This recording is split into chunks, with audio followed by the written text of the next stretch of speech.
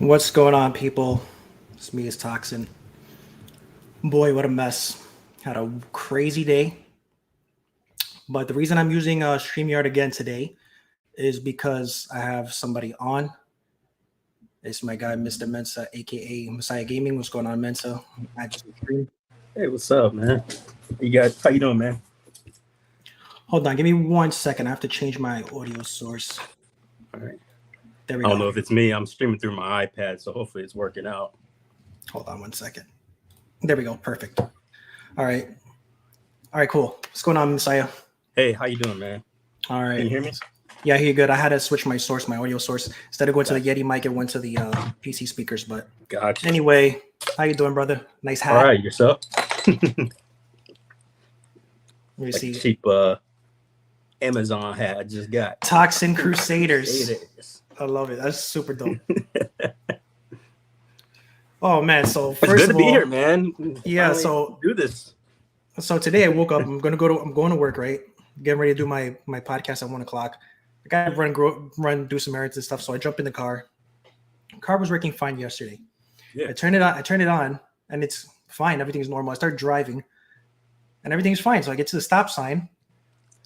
I let go of the brake, and it doesn't move. I hear it revving, but nothing's going. So I'm like, okay, that's weird. Shift it again, and nothing happens. I'm like, oh, here we go. Oh man. So that was a whole journey killed my whole vibe. It was Jenga at that point. It's amazing. I forgot that old saying, but it's pretty much ties to it's going to happen. It happens. Just like right now in my house, man. Like everything at once just decides it wants to go. It's like somebody's planning this crap. Somebody's doing this. The lights, the toilets, Yeah, everything. pipes. It don't matter. Yeah, I mean that's life. Sometimes you just get hit with it, and just Yeah, we can only control what we can. Things get overwhelming. So I bought a new car. Okay, so that's pretty cool. There was a time for a reason. There was a time in my life when I couldn't do that. Where if this would have happened to me, I was begging for money. I was begging everybody for help. Right. So God bless. Right. Amen. And everything works out, so it'll be fine. Yes. But anyway, right before I went on live, I was messing with something. Mm-hmm. I've been messing with this for quite some time. You know what this is. Oh, yeah. That's the holy grail right there. That's the holy grail right now. And everybody's talking about, like, what the hell is the whole community talking about this chip? And because, a lot of people weren't very interested in iiRcade, so they didn't give two flies about it. All they cared about was the drama.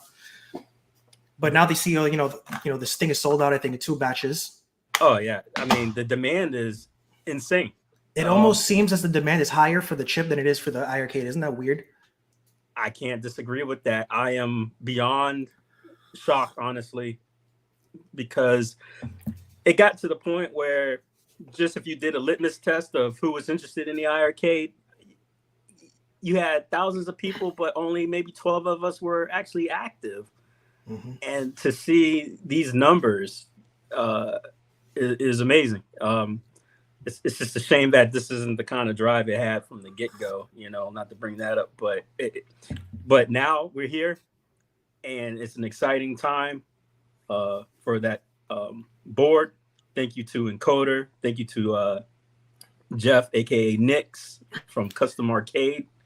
He says there's people wanted it just because it was branded with the Encoder branding. Listen, I kept the package. Hey, that's what happens when you have a reputation, man. And the person who and props to the person who physically made it too, to bring that sourcing. It's literally the imagination. They're only limited by their imagination at this point. I mean, Coder comes up with a concept, the man can engineer it, and like, hey, I can do it. Oh man, the sky's the limit. Yeah. Well, I do feel bad for the people that got left out. There were a couple of stragglers, and I'm not sure how the process works for how he does it, but I'm pretty sure that when he puts this all together, he orders stuff in bulk.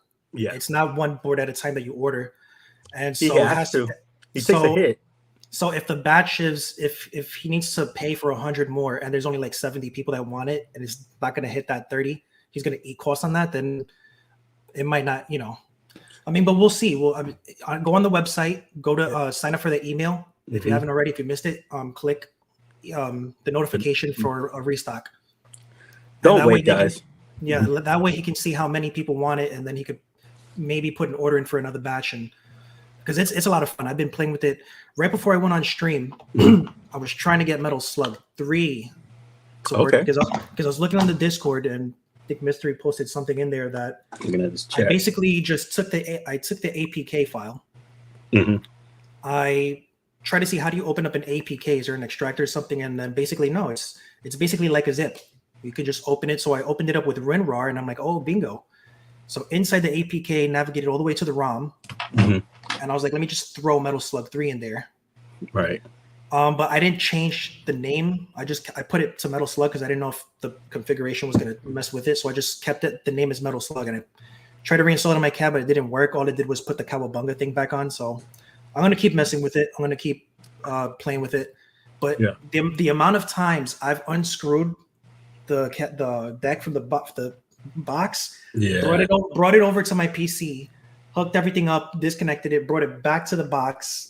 It's like, I wish it was an easier way, but for now. Right now, that cord that Jeff included is pretty much mandatory. He takes a hit on the quality of that cord, but he's got a reputation to uphold, and he wants that experience that people can go, it worked, and not blame him for having a bad board when it was just the cord. Maybe there's a cord out there that he can suggest that we won't necessarily hold him to, but he could suggest, and we can go out and buy our own that's longer. I don't know. Maybe that's an idea to look forward to, but use that cord. Yeah, for right now, don't. If you have the chip, do not use any other USB cords. Not every USB cable is a data cable. You might get one that has no data lines in it, and you're just plugging a charging cable into your thing.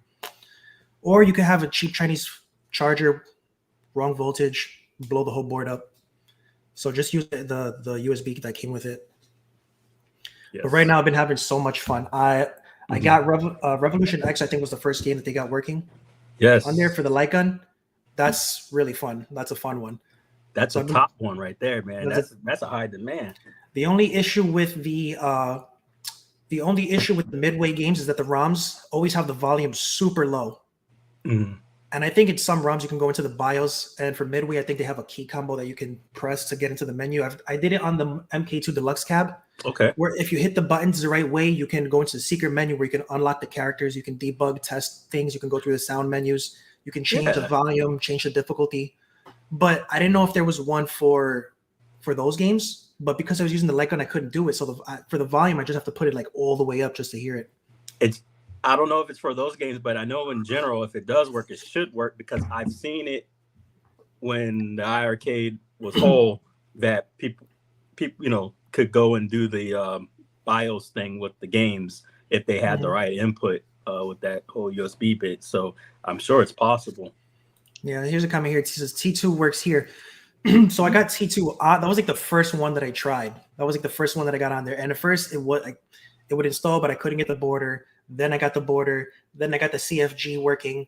And then I got the light gun working. But the one issue was that the crosshair would never go from the top left, even without the light gun. If you were just going to play with the stick and just use the crosshair, it wouldn't work. The hair would lock to the top left. So I tried I tried another ROM version from a different ROM set, and it did the same thing. So I tried it on my computer, and both the computer, they both work normally, and I could even use it with a SIM on the PC. But for, I guess, something with that configuration, and it's the same configuration file that I used for Revolution X, except I just changed the name so it matches the ROM. Right. And that's how the gun started working. Before, when I didn't have the CFG file, I would pull the trigger and it wouldn't shoot nothing. It wouldn't respond. Yeah. So I got it to respond. It was just for some reason I can't get the crosshair to unlock from the top left. Does T2 have it has the same exact midway debug menu. You have to shoot the center of the screen, and then shoot the corners.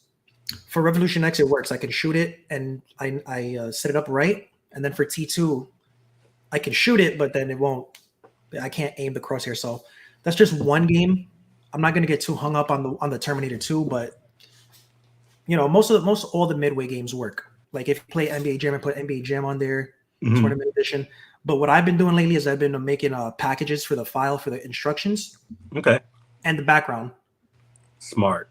Because I like to have it neat. You know, if there's a UI where it shows you all that stuff, I don't like to have ROMs that look off-putting and off to the side. Mm-hmm. And I was the same way with the NES Classic. This NES Classic, you had to, you know, upload the box art, otherwise it would be blank, and I didn't like how that looked streamlined. Right. Have you been putting anything on yours yet? Not yet. I've actually been waiting because somebody's gonna put in the work. And I've just been patient, you know, and to see what does work and not work. And honestly, I mean, other than the basic stuff that like I shared with you that I know works, but they I'm just waiting to see what works and not work, and I'm definitely waiting for when we can delete. Something about having multiples on that UI, I can't do it. That's my thing too with the you know, with double names and, you know, things just looking off from the clean UI. It bugs the crap out of me. So what I've been doing first is like, it's weird because you want to test it on the emulator first before you upload it, but most of them, almost all of them, work on the PC emulator. It's just that even if it's the same 0.221, the same MAME emulator, for some reason it acts a little bit different. So even though you test it on here and on the PC and it'll work, it might not always on the machine. Right. Like it might run, but it might be a little funny. It's really interesting to see the capabilities that could have been. But it's also nice to see that, you know, no buyer's remorse bit, you know, like finally, I mean, everything is unleashed. This would have been a cool route, kind of like a bring your own game at games bit, you know. Yeah. But once again, this is awesome. People are excited. They have a quality built cabinet, and they can pretty much, the sky's the limit. I mean, limitations obviously, but for what, if some people run 64 gigabytes or 128 gigabytes, and that's a lot of games you can put on there. Yeah. I don't like to have too many games because then it becomes overwhelming. Yeah. For me, if the ROM list is too big, what I end up doing all the time is I start playing every one of them for like 2 minutes. I'll die, I'll get game over, and then I'll go to the menu and I'll go, because you have so many games. But with the iiRcade before that, like when I bought a game, I would sit there and play it for like as long as I could. Like when I bought Trucks in an iiRcade, I would sit there and play for like 45 minutes. Like I didn't care. Okay. Yeah. For those type of games, I think a lot of people, when they grew up, you know, they have that nostalgia. Then they get it, and they're like, you know. Yeah. I think they're for me, like I had the arcade one up, Terminator 2, and I purposely never beaten it. Yeah. And the reason is because it's kind of like my fear is I'm gonna sit there, I'm gonna put in infinite quarters, I'm gonna beat it, and then I'm never gonna come back to it. So I kind of give myself, you know, like quarter challenges and stuff like that. That's just me. Yeah. So I've been playing a Donkey Kong 3 too a lot. Ooh. And that's one that a lot of people, the Donkey Kong games play perfect. Okay. I think the only ones you're gonna have issues with that you might see is Neo Geo, because you have to figure out how to package the BIOS with the ROM.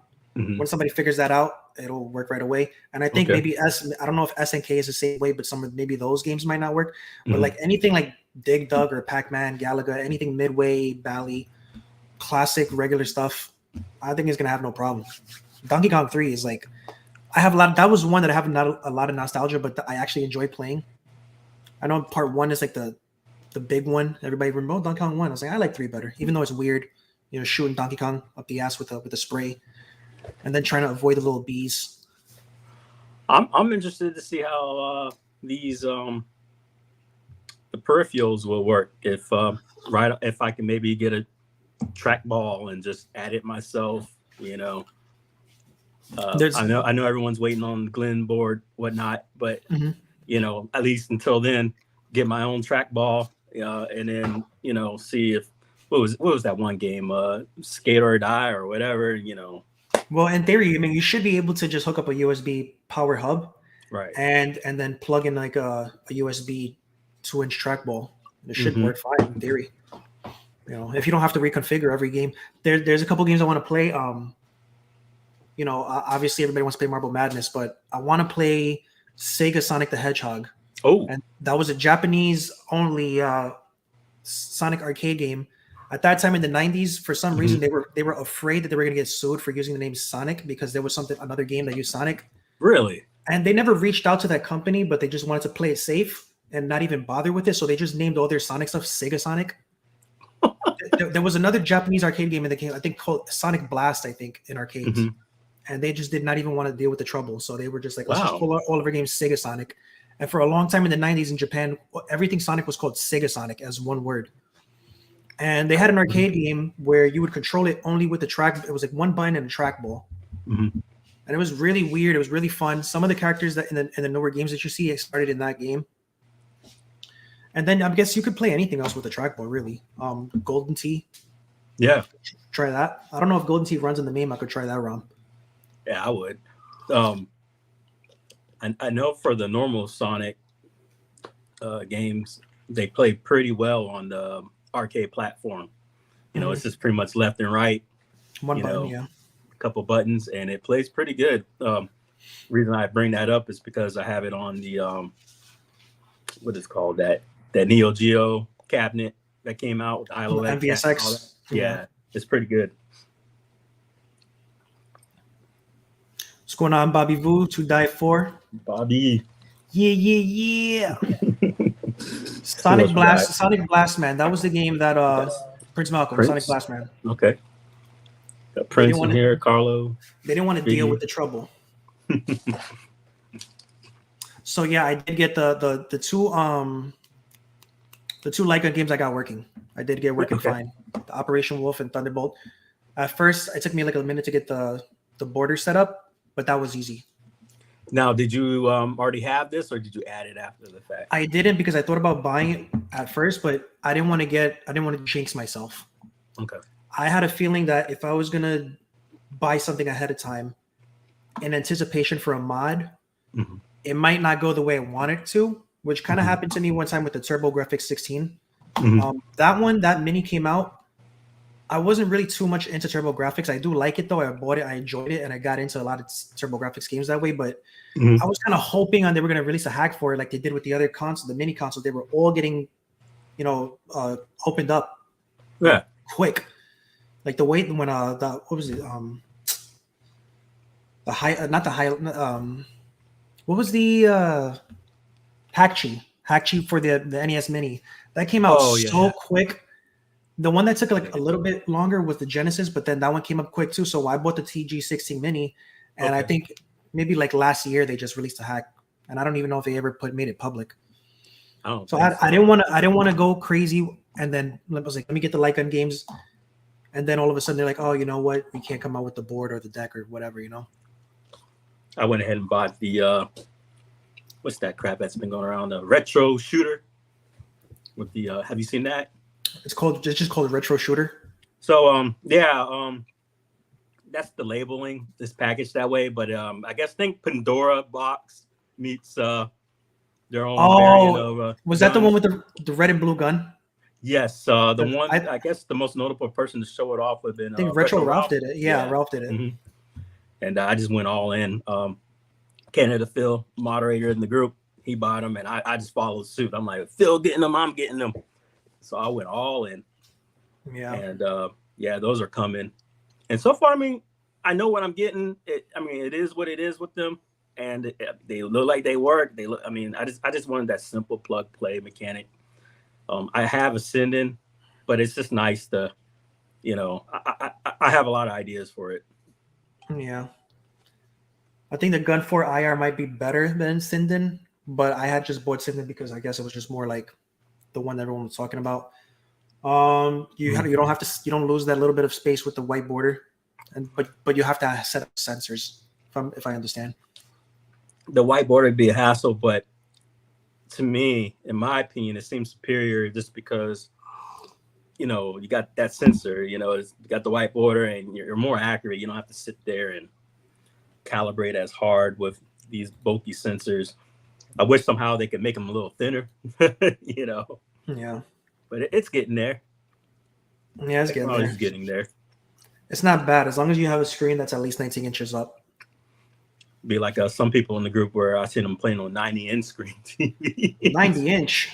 Yeah, like 80-inch, 90-inch, the whole freaking wall. You got some Yeah. blessed people in the group, man, showing off some massive televisions, man, and screens, and yeah, it's crazy. Man, I wonder how wouldn't that cause like a little bit of lag or delay or something? A massive You would screen. think so. What's his Hassan Prince? He's got a massive TV, man, like one of the biggest I've ever seen. Sucker looks like 7 feet or something like that. It's massive, and he plays on it. I don't see how he misses. It's possible.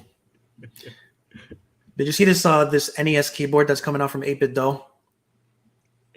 Yeah. The one with the it looks couple of color schemes, and one looks exactly like the old school Nintendo, and one with the oversized buttons. I'm actually interested in getting those buttons. Yeah, you know what? The keyboard is nice, but the buttons, because if it's just a key input, right? Right. If it's just the A or B, or you could change it to whatever you want, then I could go on any emulator, right? Let's say I want to play Time Crisis on my MVC cab with a Sinden gun on the PC, and sure, I could press the button on the side, but I just want to pedal something. I could just press that little button with my foot. Good. And use that as a pedal because it's programmable to anything you want. Mm-hmm. I have some good ideas for that too, because I like the fact that it's oversized. Because if you just even if you make a simple Nintendo cabinet too, you know where they messed up? Can go far. They should have made a D-pad too, a USB D-pad, like a big giant one. That would be. I would stream that. I would stream that playing Super Mario Brothers on a giant A and B button and a giant D-pad. There's one that comes close. I mean, it's not Nintendo themed, and it's not mechanical, but I think it's kind of close. It's the accessory keyboard that the Xbox came out with. Have you seen that? The accessory keyboard that the Xbox came out with? Yeah. So Xbox and PlayStation have been doing. Oh, actually, PlayStation as well. The accessory keyboard, meaning. I said accessory, but I should have said accessibility. Accessibility. Okay, yeah. Is that the big? That it looks like the Xbox One S has the big giant circle. Right, and you can program it. Yeah, it's got the circle, and then it's got the digital pads, and it's got. I want to say it's got more to add with it, and those type of things, man. You can do a lot with them, and then especially the one for the PlayStations that's coming out, adding all the massive analog and whatnot. That I back in the day I used to play with a guy on Red Dead, and he had one arm, one hand, and something like that. Now it's blessed. I mean, I enjoy the games that now being older, things I'm not as quick-witted with playing that offer accessibilities, like example God of War. If it wasn't for those options, I probably wouldn't be able to play it no more. Yeah, you see the controls that have like the pedals in the back? Yes, I own those now too. Thank God. Do you use them for certain things? Certain things. If you're playing like a Call of Duty type game, whatnot, it's bad if you gotta like lift your finger off the trigger for those type of games. If you want quicker reactions, you can use those. I was kind of excited to get the Call of Duty. Now they have Snoop Dogg and Nicki Minaj on there, so. It's been a while for me. Did you see that? No. I can't shoot Snoop, man. I saw that and I was like, what? They have the skin for the operator so you can play as Why? They must turn into Fortnite, man. It's got to be some microtransaction bit now. Yeah, you know they're getting paid. It's ridiculous. That's funny though. But you know what? They got to really bring back games like Guitar Hero, man. Oh, that was a time in my life where, oh man, did you ever just get a bunch of buddies and just go on Rock Band or Guitar Hero and just for hours just go through the whole freaking game? Absolutely. And why did it feel like I was actually capable of playing a real freaking guitar? Yep. Like, I know. What is it, that South Park episode where all they're just mashing buttons, but they really think they're playing something? It was a shame too, because I remember the controversy with it was they wanted to hook us up with some Prince songs. Prince was like, nah, go learn to play the real deal. I ain't giving you my music. You better learn to play the guitar. You ain't touching my music. Yeah. Oh, man. Yeah, I love those games. And I've been thinking about trying to make I saw Jumping Ship. I saw a Partycade, and guy revamped it, and he made it like a Guitar Hero variant out of it. So he's got it on the wall. He's got his with the buttons on the yeah, and then he's got the what do you call it? The guitars hanging on it. So they can just play it, and it's the Partycade looking format. Oh, so the Partycade is a screen and he has the guitars on the side of it? Yes. That's pretty dope. Yes.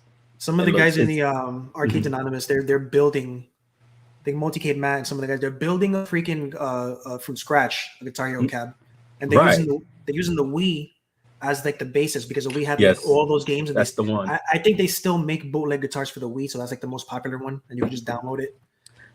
The Wii, if you're getting into the whole mod scene, the Wii is the way to start off, because it's, and that was really cool of Nintendo when they made the Wii U and whatnot. It's that they're like, we have millions of Wii controllers out there. We're not going to sit there and make more when the market is saturated with them. That was smart. They thought about people's budgets, you know, and the Wii was one of the first ones that I knew that you could do a soft hack for and get all those games going. And it's got a great library. The Wii, for me, is still one of the top consoles. And, you know, and it's interesting because when people mention top consoles of all time, it really gets skipped a lot, in my opinion.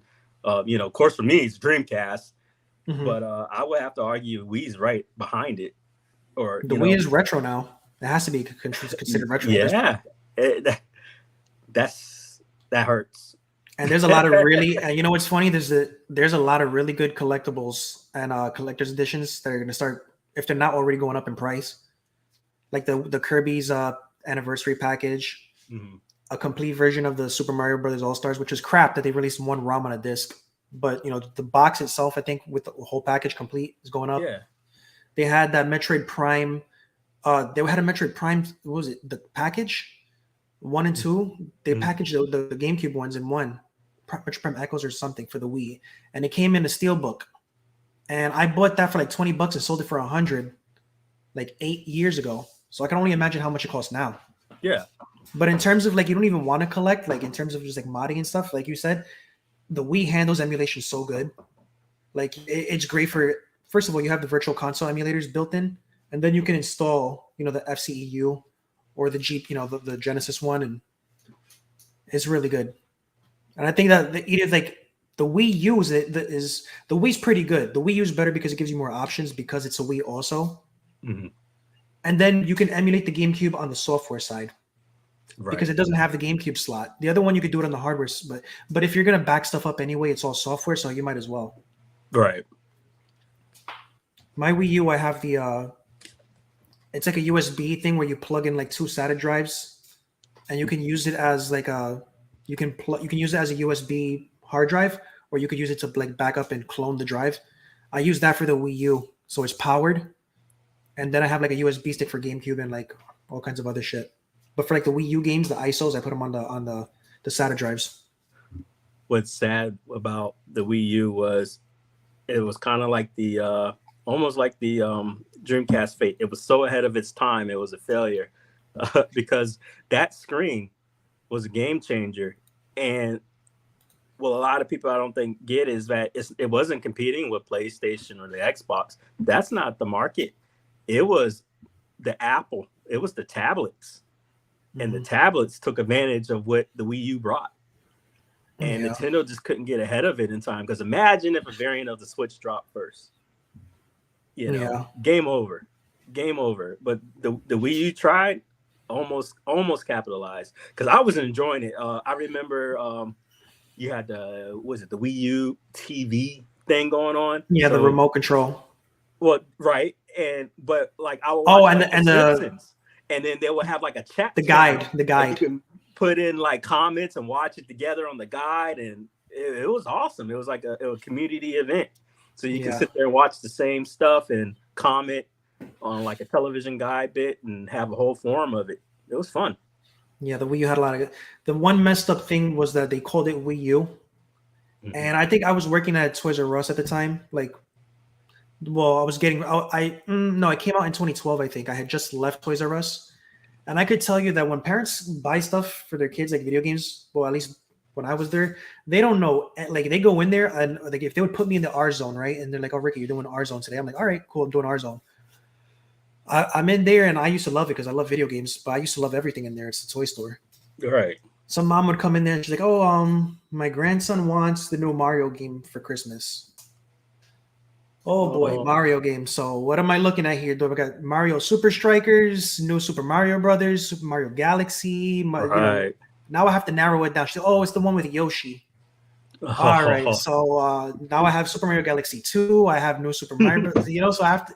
And it was like that all the time. They don't even know the name of the console sometimes. They just say, oh, the one with the character that looks like this. So when you take the word Wii that kids already have and you put Wii U, and the kid tells his mom he wants the Mario game for Wii U, and she goes in there and says, I don't know, my kid wants the Mario Wii something. I don't know what it is. Mm-hmm. Yeah, that's bad marketing. That's really bad marketing. Yeah, you're right about that. I never thought of that perspective. One interesting marketing that I forgot all about it because I was playing the new Zelda and I go, wait a minute, has Zelda always been, right-handed or left-handed? And it switched. And I'm like, well, when did it switch? Yep. And it was the Twilight Princess and whatnot. But and for the Wii games, because you had to have the sword. Right. So they made it the dominant hand because I think he was left-handed and now he's right-handed or something like that. I forget. But my point is, I didn't know Breath of the Wild was on the Wii U. Breath of the Wild was a Wii U game. And I'm like, what? I forgot. And that's how quick the Switch just bumped the Wii U off.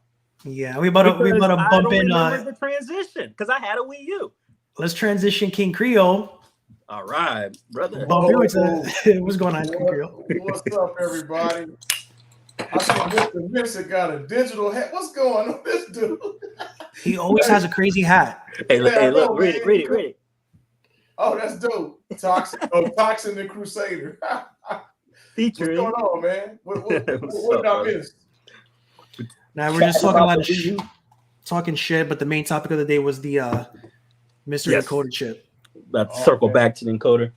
Man, how's the chat doing? I missed out, man. I blew it. Minister told me to get the chip. I was bullshitting, of course, and I said, "Oh, I got time," and I went to go get it, and it was too late. I'm on the list for the next round, though. He's the guy I've been pooping on. So you made the batch 2 at least, right? Yeah. I'm on this next batch. I had to do a subscribe to the site or something, and then he said that I'll get an email. Yeah, you got to email his site so he knows how many people need it because he's not doing a batch 3 right now until he meets the quota. Yeah. When it was marketed in the group, and I guess people thought people need to understand that iiRcade is gone. So the demand is not necessarily going to automatically be there. So when these type of events happen and you truly just want to jump on, especially just for $30, yeah, that's a good price. That's a good price. And no offense to people fall on hard times, but here's my opinion.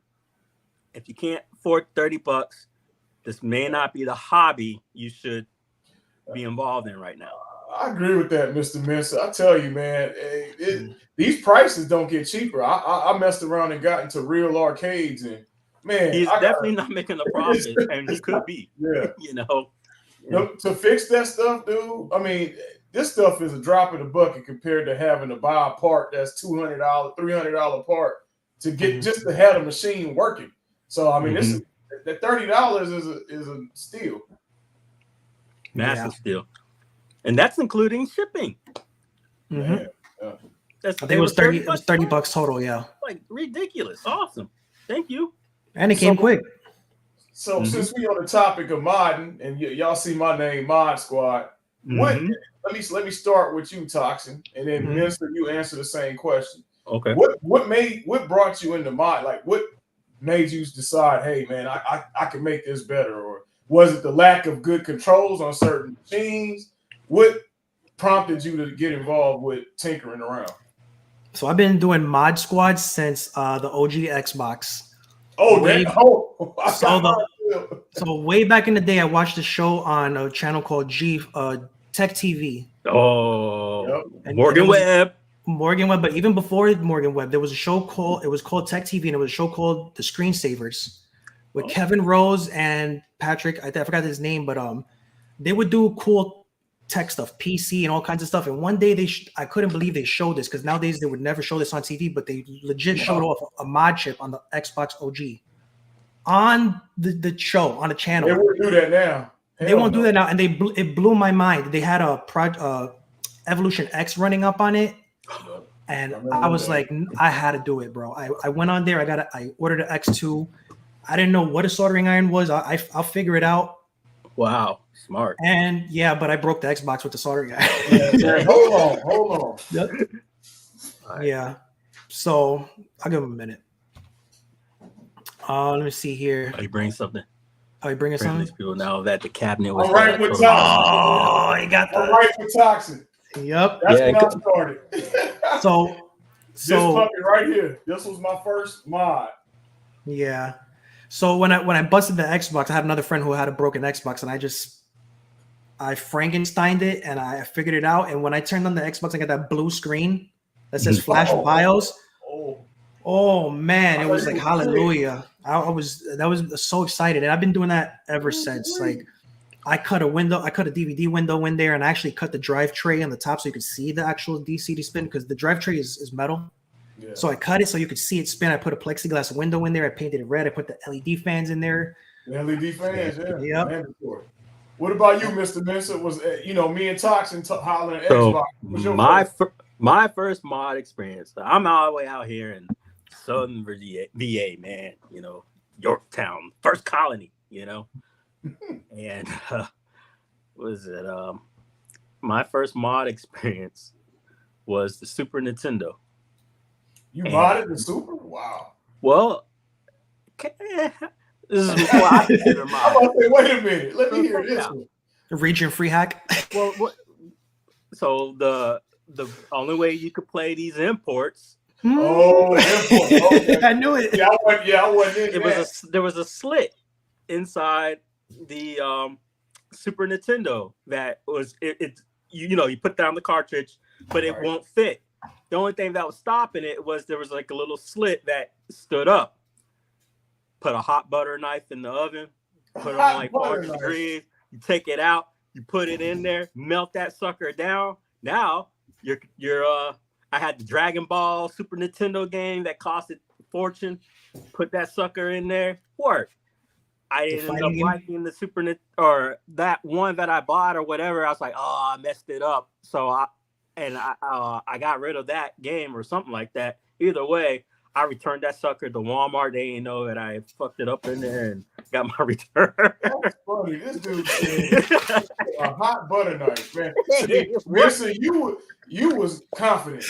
Me, I wouldn't doing no shit. I would be too afraid that I would mess my Super up. And then for the mod, like with Toxin and you did, I got to go overseas to Korea. Oh, so at the time, you go downtown in A-Town, which was the hot spot where they, things happen. You go in there, and they would hook you up with some. Because if I recall, copyright wasn't really necessarily enforced over there at all. No, that's why it was just not a thing. No. The closest thing that was enforced was porn. You weren't allowed to have what is it?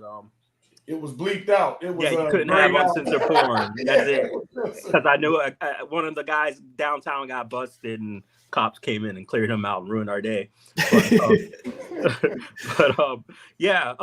would put the chips in there, so guys would come back with those chips, and they had thousands of arcade games. And we're talking like 2002, 2003 era. That was a big freaking deal. Hell yeah. For straight up, we're playing arcade, Street Fighter. That was a big deal. Overseas in Korea, in the rooms having some freaking, tournaments. And that was a major deal. And it was one of the first times that I've seen anything like that, or that was capable and strong enough to portably play this stuff, unless you owned the crazy computer. Right. And then, those computers back in the day were archaic, man. Dude, they were expensive too. Yeah. My compact PC. I remember that. It was a Pentium 2, and that thing came with it was $1,000 when I bought it. Yeah. It had like 52 gigabytes of RAM or some stupid like that. Garbage computer, Sound Blaster, Windows 98. Remember, so we graduated, man. So we went from modding Xboxes to now. Here it is. It's 2000 and maybe 9 or 10. When did Hyperspin come out? That was my first arcade build. And I got pictures of that. Mm-hmm. I took an old PC, old PC, and I did Hyperspin on it. Okay. And that was the first time I did this, probably the early, maybe 2010. That was the first time I did an actual arcade build. 2010. So arcade builds, man, I didn't start it until recently, a couple of years ago, because once again, I didn't know about none of this. Not even as much as I think I'm in, in tune. The closest I've seen to arcades is where people would make them themselves, and I went to the pawn shop literally like a year prior to the iiRcade and thought I did something special and bought somebody's made Raspberry Pi bar top. And that's the closest I got to it. And then I saw the iiRcade, fell in love. I was in that group literally 10 days after it was created. I was one of the first, top 100 people. I was in that group first. That's crazy. I was in there before John joined. John wasn't even in the group. We were talking so much, we're like, this is a fake company. They don't exist. This can't be real, because we see the pictures, but nobody's talking in the group. And then all of a sudden, things came to fruition. He came in the group. The name changed. The group name changed. I forgot the old group name, but it changed. Everything started getting populated, and then everything happened. But yeah. What up, KFB? Mister, you talking about when he was doing them lives in the basement? That's when so that May is when me and Gunther joined, and he was in the basement. Well, before then. We're talking back when he was getting celebrities to do reviews, and it didn't even look like the iiRcade at the time. Wow. Yeah. That boy, yeah. He was triple OG. Yeah. It was old school stuff, man. Because the group didn't kick up until like 6 months after the fact. And then he had a great year, and then that was it. So this board, tell me about, because I'm out the loop, man. What can I do with the Mystery Encoder board? Because I got a bunch of different machines that I emulate. This is what I want you two to do for me. I want y'all to tell me on why I gotta have it, because I got 2 ALUs, I got a Uplay box, I got a Bash box, I got two Pandoras. Well, I'll be that guy. There's absolutely no reason. But I was gonna say the same thing. He's right. Unless you want to dust off and use your iiRcade, because like I said, we have 1,005,000 ways to play all these games. Right. I've been playing Metal Slug, so why do I need the APK? Metal Slug. I mean, it's just to use. Just anything's possible to make use of your investment. And to screw around. I've been screwing around. I've been experimenting with all kinds of stuff. Now you know what I did. Now I'm gonna tell y'all, Minister. You know what I did with my iiRcade. I took the panel out and made it a board, like a laptop, like a Pandora's box. So ALU Mini. He made it basically ALU Mini. I made it into an ALU Mini, but then I got intrigued when I saw Mensa show off the encoder. I'm like, man, so I could have a powerful, basically Mini in my lap. When I travel, I could put it in my backpack, my tactical backpack. That's what I like about it. I could actually tweak it. Yeah, because a lot of people don't. You just hook it up to the HDMI and you're off and running, right? Oh wait, hold on. Mystery Encoder said. So, see, I didn't know this. So wait a minute. Oh yeah. Somebody elaborate on all that. So, right, so you know how they said how John lied and made that fake post where they did the thing and they put Streets of Rage 4 and Shredder's Revenge, but they never actually got the title for that. Never could get the title. The fundable. Now you could now play the Shredder's Revenge on the cat. Wait a minute. How can I play Shredders? So they have an APK for Netflix accounts that was built for on Android platform. Yeah, so the APK is free to download on Android. The stipulation is when you try to make it run, they're like, nope, sorry, you can't. You need an active Netflix account. Got it. That may or may not have been patched. Got it. So he's saying, so wait a minute. I can play if I add a game, I can play it online. Is that what you're saying, Encoder? Not any Encoder is saying that he's building up games and he's showing it off. So yes, online play is now possible. I'm trying. Now that's a game changer. A lot of ideas. That's a game changer. That's a game changer. So one of the big leaderboards. The big one is that people were saying they were playing online with the Shredder's Revenge. So somebody got a pre-configured, ready to go version for the arcade. Well, first of all, I want to say I have the game. I have it for Switch, and I have a physical copy I ordered from Limited Run Games. So if anybody wants to say, I paid for the game. I have it too. So FYI, folks, pop up some of Encoder's. I got some videos. Let me see that. I haven't seen anybody do the video on it yet, but I heard people have been playing it. I got it running. I've been playing it single player, but I haven't connected my stuff online since the whole servers went down. I've never turned it back online. So he's saying, okay, so multiplayer servers. So here it is. The guy's name, but Shotgun Sean is a host. Yeah, Shotgun Sean. Yeah, I think they showed off online on there. Now we're talking. Check that out. Now we talking here, cause see that my ALU, I like my ALU products, but God damn it! The thing is, right out the gate now, we've always even the people who are the most critical of iiRcade, not a single person that I know of has said that the iiRcade was a bad built. Oh, I would never say that. Okay. No, right? It's a good machine. Someone like control stick, someone like buttons. I agree that those are top quality. So now imagine being able to play the things that people were dreaming about. You know, can I play Marvel versus Capcom, NBA Jams? I would love this game. It's happening. It's happening. So people's dreams are finally happening. That's why you want this board. Yeah, and another your iiRcade. You absolutely have no excuse not to get this board. Zero. Yeah. And another thing too, like I bought a game, so I bought Brock the Investigator, and you bought that one. He had it on sale for I think $14 yesterday, the past couple of days, and I downloaded it. He gave me the Apple file, the Windows RAW file. He gave me the Steam key, and he gave me the iiRcade file. So at first iiRcade didn't work, but he patched it and he fixed it. So now if you updated it, and just with the iiRcade with the MIA chip with the software, load it up, put it in the folder, click install, and it pops up like it's installing a game, and boom. So that's a full legal purchase right there, straight from the dev with all the backup copies and everything. Yeah, and Encoder's got like a store thing he's putting together. He's putting together a list of official games that you could buy legally from them. Yes. From any store. He's like curating it to us. So if you want to see what games you could buy, you go to his thing and it'll show you what you could buy. Yeah, Encoder, definitely. I'm intrigued about this. You putting in weekly challenges and like 1 quarter challenges and stuff like that's cool because that's on the go, man. Can you pull up Carlo's comment if we get a chance?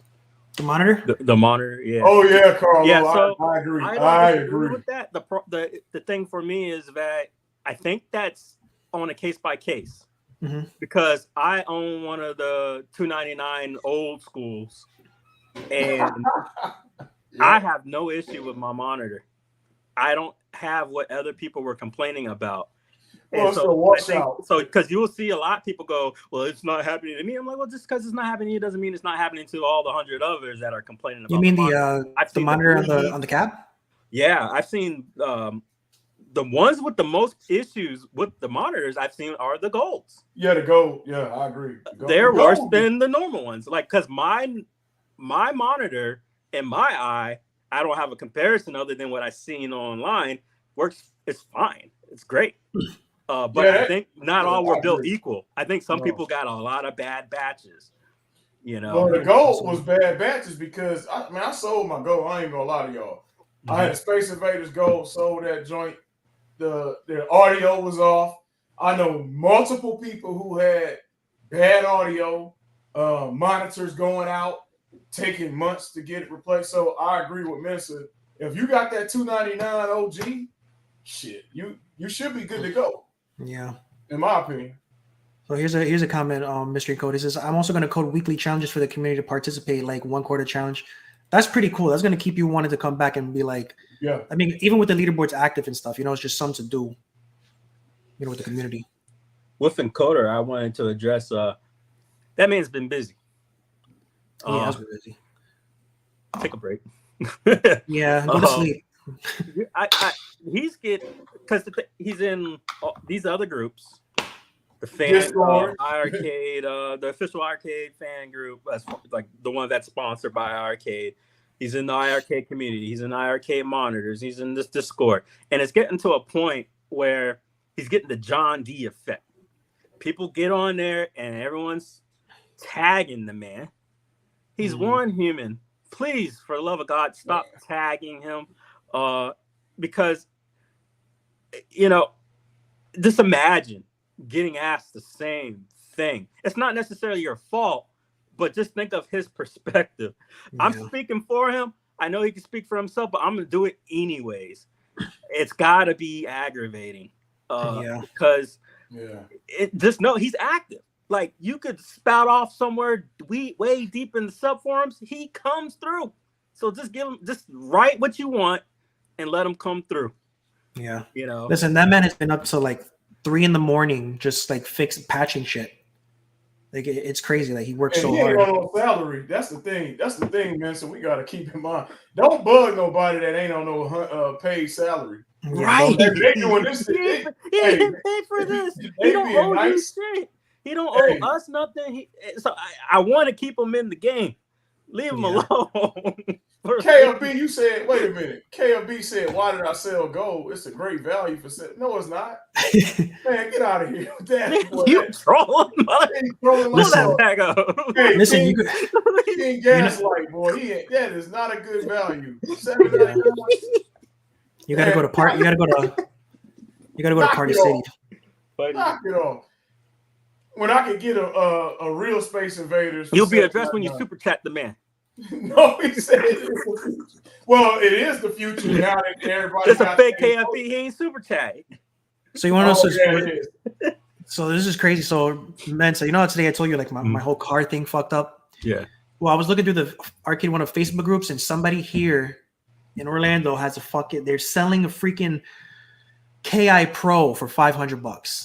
That's ridiculous. That's not bad. And the picture he posted, it was clean. It looked like he bought it, and it was just like, I don't need this in my house. I don't know why I bought this. And I was like, damn. Am I the only guy though that thinks that that new Street Fighter one actually looks good? No, it's a good looking cap. Listen, I gotta say something about that. Best looking caps I've seen. So for everybody that's like giving them a hard time, pulling my card, like a real hard time. I know that one. I gotta pull up I gotta do the LA hat too. Hey, I gotta do the backwards stream. Backwards arcade. I'm trying on that one, man. So you on your own. You too toxic. I'm not agreeing with y'all on that, man. Why would I get that, guys? Big Blue is the same height. But listen, I don't have it. See, but that's the problem. You know what the problem is with a lot of the people is that everybody think the same damn cabinet is made for them. How about for the people who don't own it? That's true. Yep. I don't own none of that shit. It's not for us. It's for guys that like. And I was willing to wait. I didn't get that stupid crap where you putting one little crap on top of a riser. Those look dumb. But here's the thing that sucks. The thing that sucks with Arcade One Up is they can't tell you what they're coming out with. So I bought Big Blue on sale for like $350, super cheap. Walmart. If I would have known they were coming out with this at Evo, I would have just waited a little bit, and with $200 extra, I would have had saved up by now, and I would have bought the brand new deluxe. I guess it's for everybody else that doesn't have a Street Fighter. I bought Shaq full price. I love that Shaq. Y'all see it? But I don't regret it though. I love that shit. But I went and bragged. I was like, yeah, I got the. And my man was like, should have waited. I was like, whatever. Wait, so you think so? All right, Mensa, it's like you leaking something right now. So you think they gonna drop an NBA Jam Pro? Damn. Hey, boy, if they drop an NBA Jam, I'll tell y'all right now. Not XL, but Pro. Yeah, because the Shaq is already XL. Look how tall that shit is behind. Yeah. They already got the new one that coming. The other one that they released. Yeah, It wouldn't be this year then. It would be next year. Right? They have the and that Partycade one. That one's great. You know why that's worth getting? It's got Wi-Fi. Yeah. You can play multiplayer on that sucker. Yeah. Listen, why aren't all Partycades Wi-Fi? I don't know. Certain cabs you could tell is gonna get a certain upgrade, deluxe or pro or whatever. NBA Jam was one that everybody had. That's a big selling cab. Like you go to any sneaker shop, they had an NBA Jam in the corner. You would just go. Everybody had it. Even people that didn't mess with arcades, but they mess with NBA Jam, so they would have it. Hey, so yes, right. It has. I'm sorry. Oh no, I was gonna say I'm about to start some shit now. All right. What arcade company do you think pushed the modern community or created the modern community? I'm gonna say Ad Games. I know I'm a little biased, but I'm gonna say Ad Games. What do you guys think? I'm gonna say Ad Games because they were the ones who brought the I mean, they literally handed it to us. I mean BYOG like that was the smartest move ever, man. BYOG. Because they not on the hook for none of this shit. No. Yeah, listen, Ad Games cannot do software. They could do okay hardware. They've been getting better with the arcades and stuff, but they were never that great with the software, like the UIs and platforms and things like that. But so here's OTG here. You guys figure it out. Boom. The iiRcade mod scene first, MSVX. Oh yeah.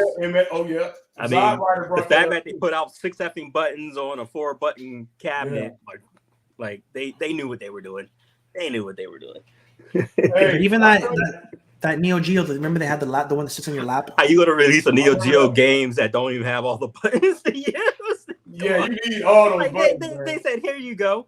And then the fact that it's built already, the cabinet's built. Like if you buy the bar top, it's already built.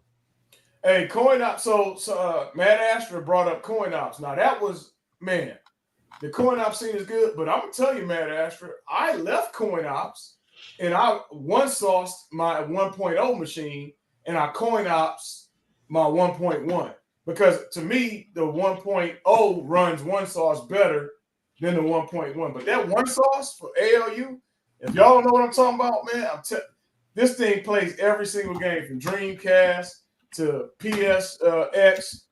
You can play it on the ALU on the one sauce build. Now the saddest mod community for me, I'm gonna hand it off to the A1 up, and here's why. Wait a minute,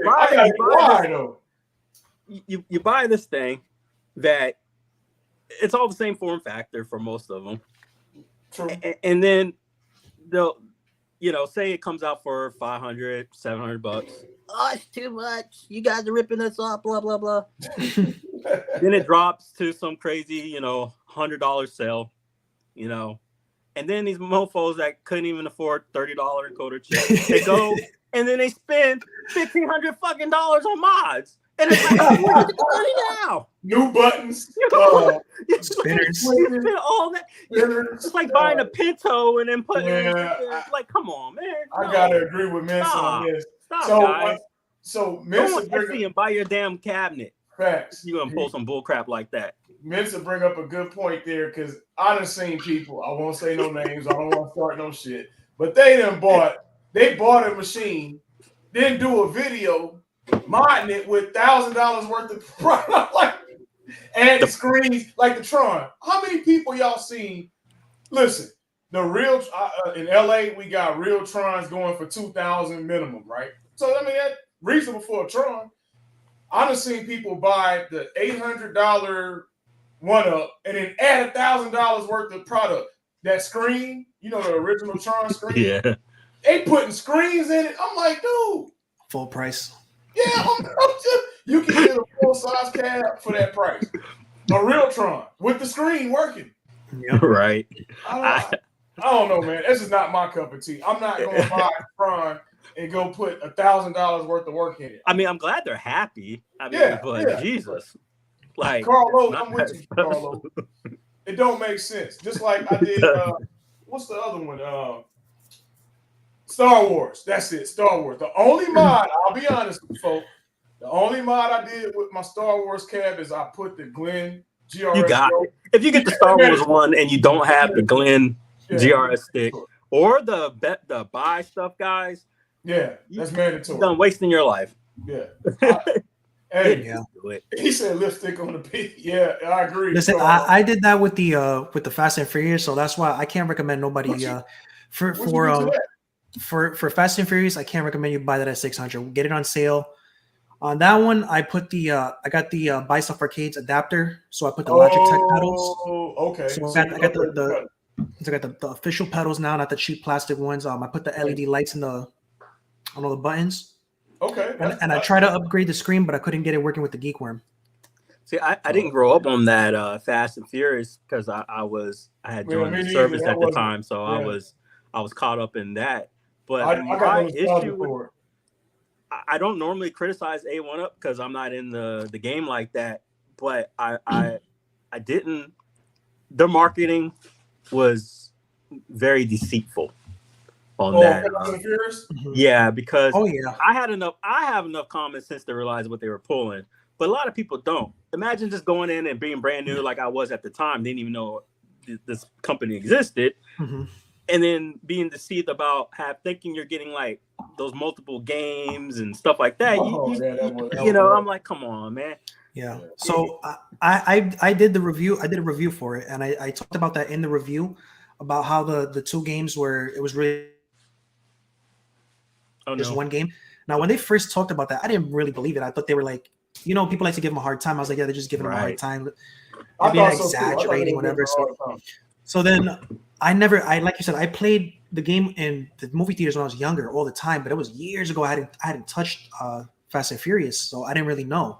And then B-Kong did a video where he shows like the arcade version, the Techno Parrot, the screenshots of like where you're selecting your car and shit, and it's not the same as Tokyo Drift. Tokyo Drift has the wheel, like the one on the arcade one up. It's the wheel and you search it, but on the original, the first game, it's not a wheel. It's like a separate menu for the car. So I was like, oh, they took the second game and they just took the tracks and split it up like DLC using the Tokyo Drift overall thing. And they just used like bonus tracks from the old, how like the new Mario Kart games have the old tracks. Oh yeah. Basically, they took the newer game and just put the old tracks from one and put it into this one. But the thing that pisses me off is instead of having one thing where you click on it and it's all the tracks and all the cars and all the games, they split it up into menus.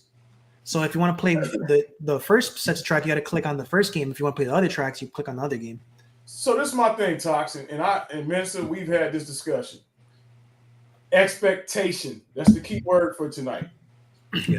If I'm going to buy Fast and the Furious, I didn't grow up on the game, but if I'm going to buy Fast and the Furious, and it's a one-up, I am not going to have high expectations. The real arcade for Fast and the Furious will go for ask Retro Ralph, $400, $300. You can get a full-size Fast and the Furious.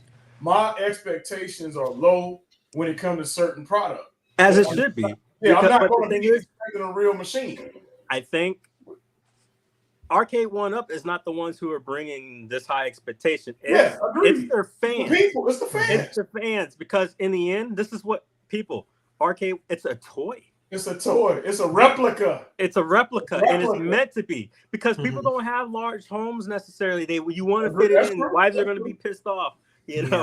Like some people live in apartments and stuff like that. The whole point is to bring you that nostalgia.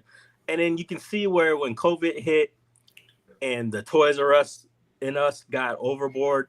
Oh man, we got them in our kitchens, and like it's overboard. Like we were living on the Neverland Ranch. People, you open, Hey, that's true. And the house, people's apartments are filled, housing, because you want to go in and you look Wives at are pissed. yeah, and it's like it's too much, guys, and you can see the depression because it's now an addiction. It's an addiction. No. Listen, All jokes aside, it is. It's a serious topic, and but that's why you see all these cabs go up on marketplace. Like you have your fun. You blow your load. You spend all your money, and then like a couple months later, it's like I gotta get rid of all the. Here's barely used, barely touched, barely used, brand new looking cabs. Some of them are still in the boxes. In the boxes. Hey, the resale sucks too. Hey, I don't know about Orlando or VA, fellas, but LA resale is garbage. You can't even, man. I try to sell shit. I gotta sell it for $250 for this. I'm like, man, I paid $600 for it. Yeah, and it ain't old, but you got to settle for cheap because nobody wants it no more. That's how our market. Yeah, I mean, because if people are only waiting for these sales, you're not going to get it for new. Yeah, No, anything under sell it on the low. You're gonna have to. Anything over 200 is going to scare people away on marketplace. Yep, I agree, man. But because you could buy a brand. They've been having crazy holiday sales where they sell like the Simpsons was $200. So yeah, but I know about that one. I should have did that one.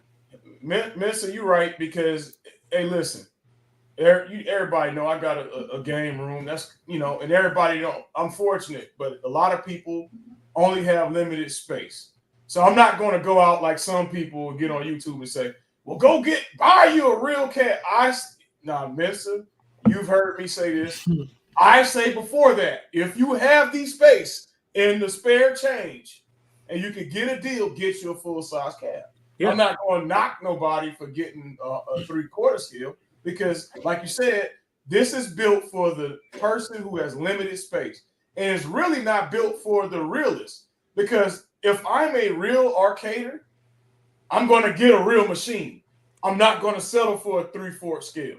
You go to this is my thought. If arcade machine, and it's literally why they call it a machine. It's got guts. It's got parts. It's big boards, and you open up the A1 up, and you're looking at a little bitty PCB. Right.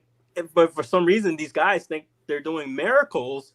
It's an empty shell of wood with a monitor and a keyboard. Yep. And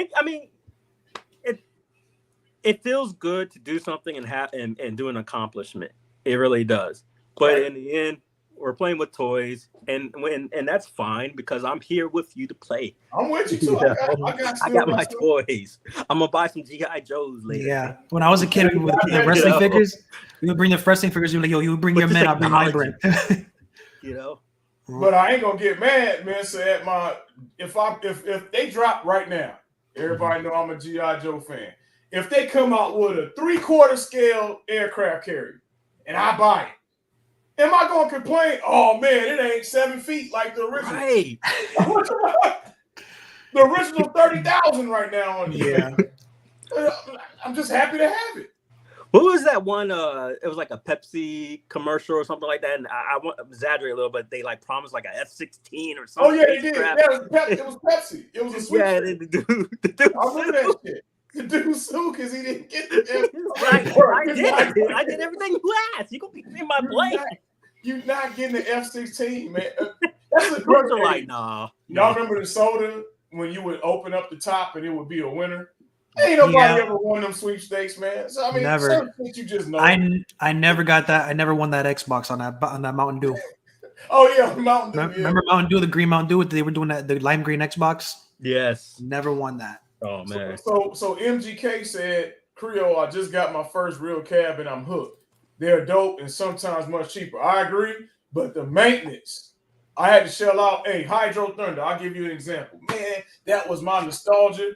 I got that thing. I was like Christmas morning. Man, I go to fire it off. Blue screen. I'm sick. Because the thing is 350 pounds, people. It's 350 pounds. It don't work. So I don't know if y'all. $200. I don't know if y'all caught what KFB said. I think I saw a video with Sea Lion or something like that. I don't necessarily get it, but I'm assuming she had rat feces. Oh no! Oh, but that's every cab, man. That's every cab. That's every cab. So She-Line bought a cab. Right. Where she opened the back, and so they tell you when you get these cabs, have your vacuum, you vacuum it out, open the back. So she opens the back, and then it's a carcass of a mouse. It was a mouse carcass in the back of the cab at the bottom where the power supply is. So KLB is right. You will have rat piss, you will have rat carcass, rat pellets. But hey, we talking to 40. That Zaxxon I got 1982. That's 41 years ago. Yeah. I mean, the only problem is, come on, man. When those rats start eating up those wires. Oh well, yeah. And you start getting with those cabs, bro. That you start getting random RAM errors. You don't know what the hell is going on. It says RAM 32 okay, RAM 46 okay, and then it says bad ROM, and I don't know what bad ROM means.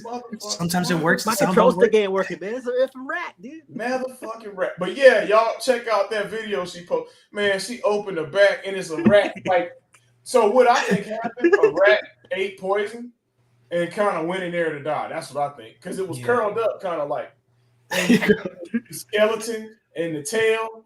It was nasty. Like a fossil. She's doing the bit like all sultry voice and just I went in there with him like some 1-900 bit. Yeah, sucking up rat carcasses. But that's the risk. That's the risk, Mensa and Toxin, that you run. And people out there, when you getting in these real cabs, you're going to get some like me that didn't fire off. I got to spend $300 for a new hard drive to get Hydro Thunder going. I had to spend money on that. But when you get your arcade one up, it's going to fire off. So that's the trade-off. And you got to warranty. And you got a warranty. So I mean, what do you want? Do you want a headache? Because it is a headache. I like them, but it's a headache to maintain them. Or you can get your one up and press on, and it's gonna cut on. I don't know. Mouse of the fixer.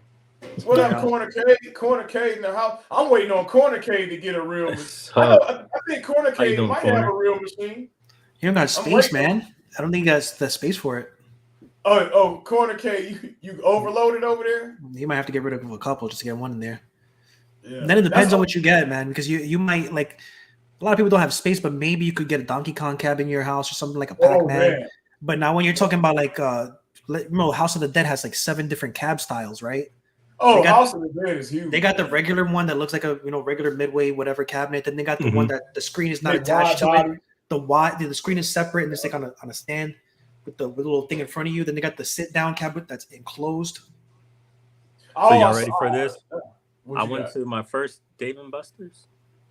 Get out of here! You lying? Your first one? Your first Dave & Buster's?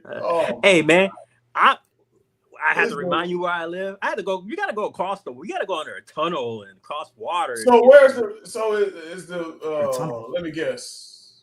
Where's the Navy port at? What city is that in? Depends. But the actual Navy, like as far as like the base side is it's across the water up in Norfolk and Norfolk, yeah. So I know there's one in Norfolk. But the thing is, the Navy is like all down on the other side too, because you got the shipyard down in Newport News.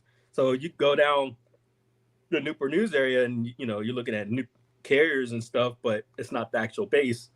So I know for the soldiers and the Navy folks and the airmen, I know they got to have a Dave & Buster's somewhere. How far did you have to drive, man, to go to Dave & Buster's?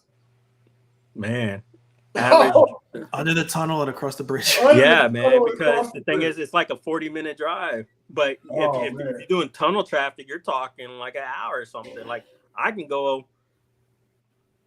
to the Capitol and get back probably faster sometimes than just going across the tunnel.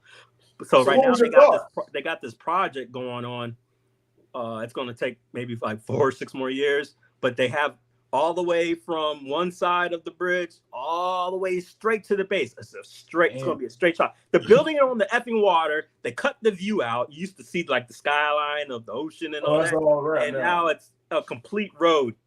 And it's going to be a personal road going all the way, like the Yellow Brick Road, all the way into the base. But let me tell you, when that sucker is built, life is going to change It's gonna for open up. everybody. So mints are gonna be everywhere. So I tell can us go about everywhere now.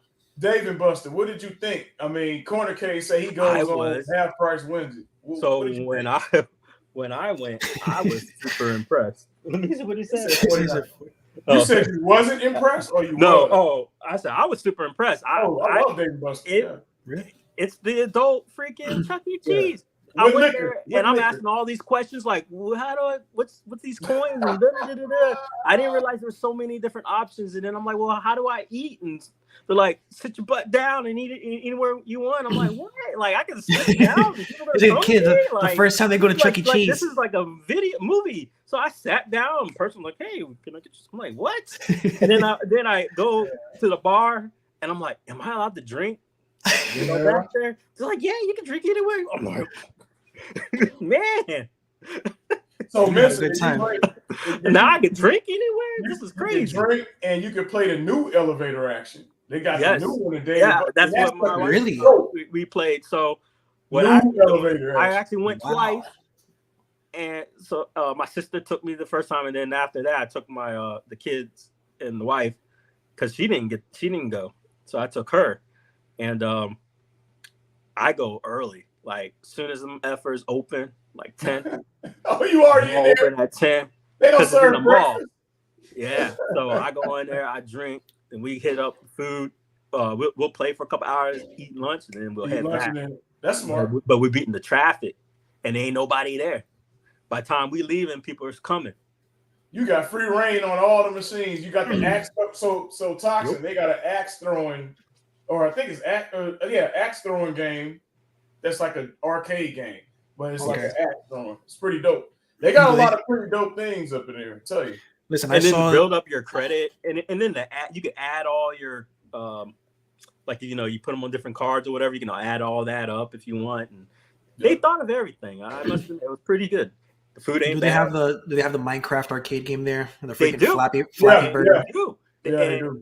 Fruit Ninja. That and they'll print out the cards, and you have little cards you can bring back and add your character back, like the old Neo Geo days. So there's this one arcade game that I love in Japan, and they never made it here. It's a Bandai.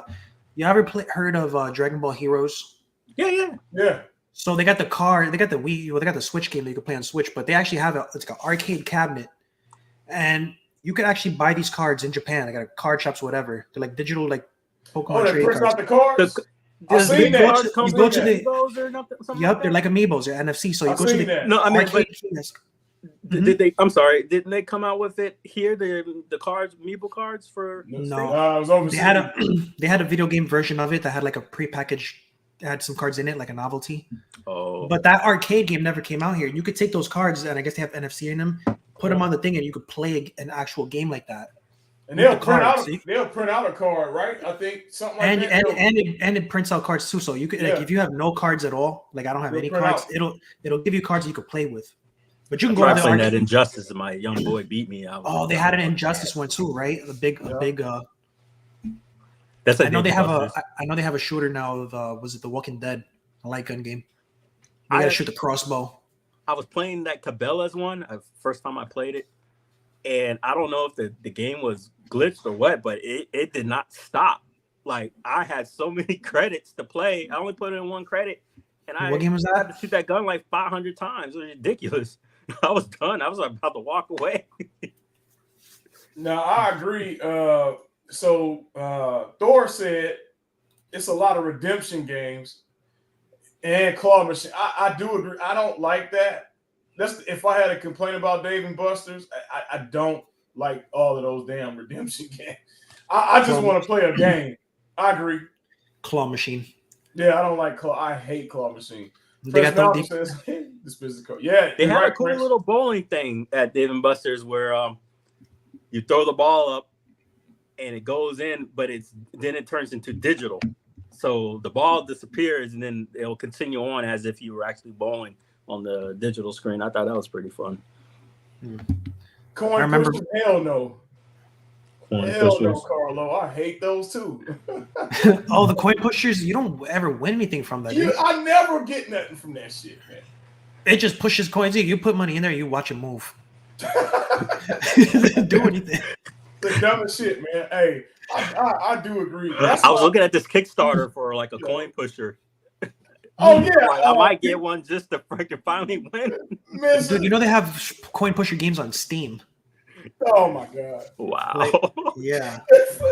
They Hey, can throw. but Toxin, I know you are in Orlando. I was just out there. There's so many arcades. You in heaven over there. Yeah, you just have to find out which ones actually have games in them, because a lot of them Oh, say what? arcades in them, and then you go in them and it's like it's just like you said, redemption games or like stupid Oh man, because Minecraft. Yeah. But they do have $700. them out here. I just haven't been to them yet because it's the same thing. Everything is far away. Everything's like 35, 40, 45 minutes to an hour. It's like, oh man. Hey, I did see that Toxic. Man, I got caught in the Disney let out. Oh my god. I sat on that damn going toward Tampa. I You sat went on on- that for 30 minutes. That's called I-4. Yeah, That is that's where I was going. and that's your nightmare. I-4 to Tampa. That's your nightmare. I was staying at Champions Gate. That's actually where I live. So that's my exit. Wait, what? I stayed there for a week, couple weeks ago.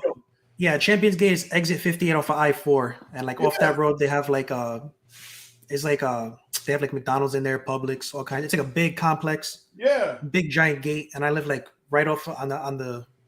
If you're coming off that exit, you make a left, and I'm like down like half a mile down. The mayor got a coin push. It was hot as hell. Hey, Mensa, I thought it was 1840. When I was out there, it was hot. I'm dripping. Down in Florida? Yeah. Man, my wife was like, man. It's one of the most the heat out places here. I ever had the unpleasure of visiting. I was down there. Ooh, it was hot, man. It's got the to go humidity. back twice back in the 90s because we won robotics championships, and they had it was at Epcot Disney. Got all innovations. Hey, it was called first. I forgot the crap, but it was robotics, and we got to go on all expense paid. 4 days, 3 nights to Disney. That's a good. Oh, Prince Malcolm. Publix got good sandwiches too. I went, and it was humid. I went tear up Publix. I had all that shit. So Publix is like in New York City. They have the deli. Everybody loves the deli. You can go anywhere at 4 o'clock in the morning, get a sandwich at the deli. Over here is Wawa. Oh, Wawa. We got Wawa. Yeah, anytime Wawa, of the night, 3, 4 o'clock in the morning, get a hoagie fest. That's what we got out here. Wawa does good food, man. So what I'm hearing, we're gonna take a trip. So we need to go back to Orlando. I'm hearing. Any rats? And then There's not many rats out here. We need to go to Virginia. What we got in Virginia? We need to take a road trip. I'm ready to travel. The biggest thing we got in VA, as far as parks, arcades. Yeah, y'all King's Dominion, right? But y'all got arcades and shit out there. King's Dominion is a big park, but one better for me is Busch Gardens. See, I never been to Busch Gardens. You got the Colonial Williamsburg Busch Gardens, and it's premier. You go there, man. You can actually spend the whole day there at Busch Gardens and not even ride a single ride and still enjoy yourself. Prince said we gonna get away from gaming. He said Sheets versus Wawa. I say Cookout. Sheets. I never heard of Sheets. I've heard of Sheets. I just never stopped there. Shits. You ever heard of Fuddruckers? And hell yeah, Fuddruckers. Yeah, I heard of Fuddruckers. I ain't never been. Oh, Crystals versus White Castle. Now y'all trying to derail the show. Hey, look, listen, I'm gonna say White Castle. We just got a White Castle down here not too long ago. I'm that guy. What? And it's like I think it's the biggest White Castle in Central Florida. It's huge.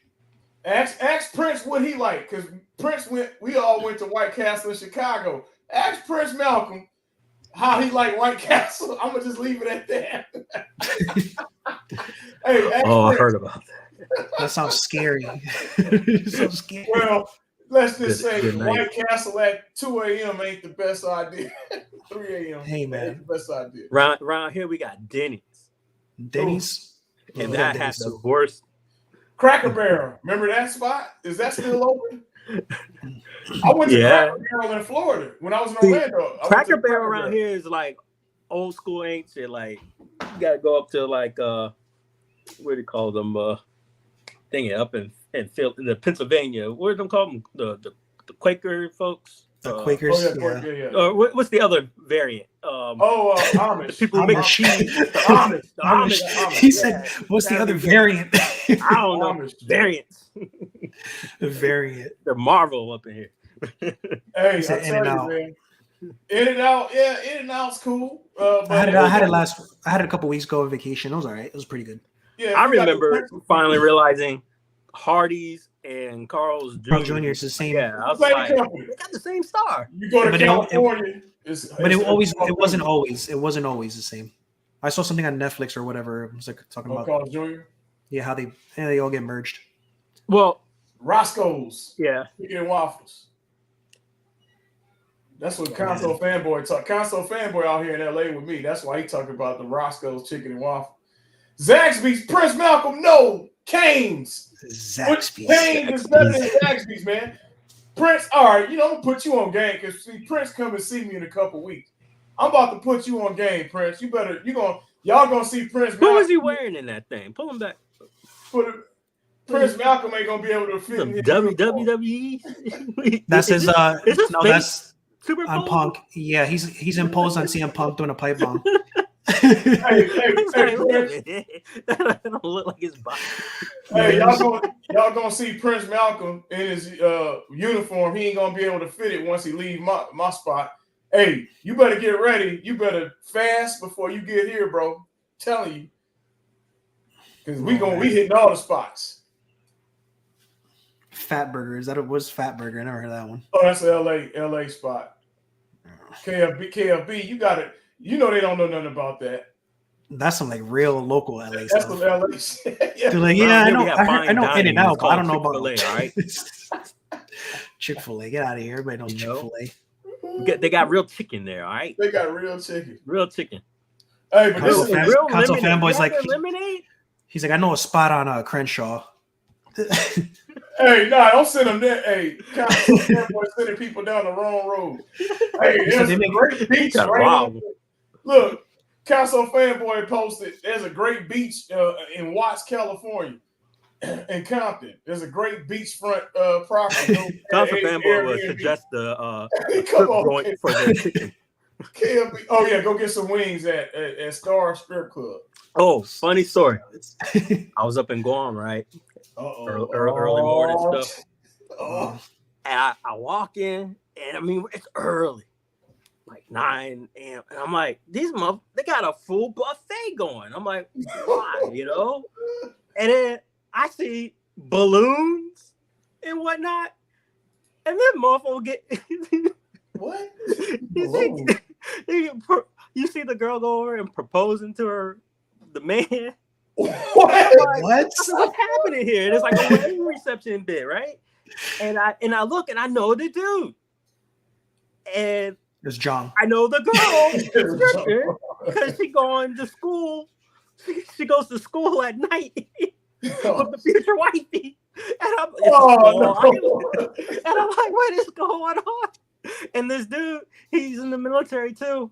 And he was a former NFL player. I think he played for like the Jackson. He got a ring. Former Jacksonville freaking NFL player guy, and he got hooked up with her, I guess. Manson, you need to do a live just on your Guam Chronicles. Man, I got too many stories just like that. That's the lighthearted stories. Like it goes on forever. You gotta name a podcast. It gets wilder than that. You gotta name a podcast. One morning in Guam. One day in Guam. Oh, shoot. Manson, they ain't ready for it. They ain't ready. They ain't ready for it. Manson Unchained if he does that. But I enjoy some good catered food to the joint, I guess. I was just like, let me hit this place. I've never been here. And then I just started talking to like the owners and all the girls and stuff. And they're like, yeah, I'm going home. I'm like, why are you here anyways? And they talk about how they get these crazy good contracts and they get paid. Prince Malcolm still talking about that Publix tea. Hey, y'all. So Prince, we ain't got Publix in LA, but I can make sweet tea.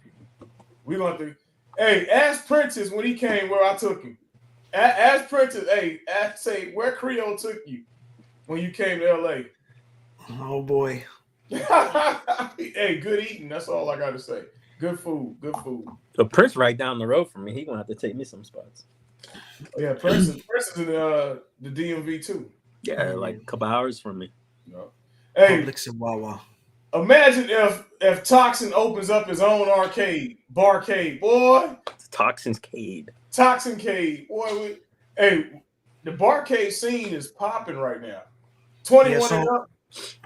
Yeah, before I moved out here, I always would go to in New York City. It's called this is a barcade. I don't even know what it's called. It's just barcade.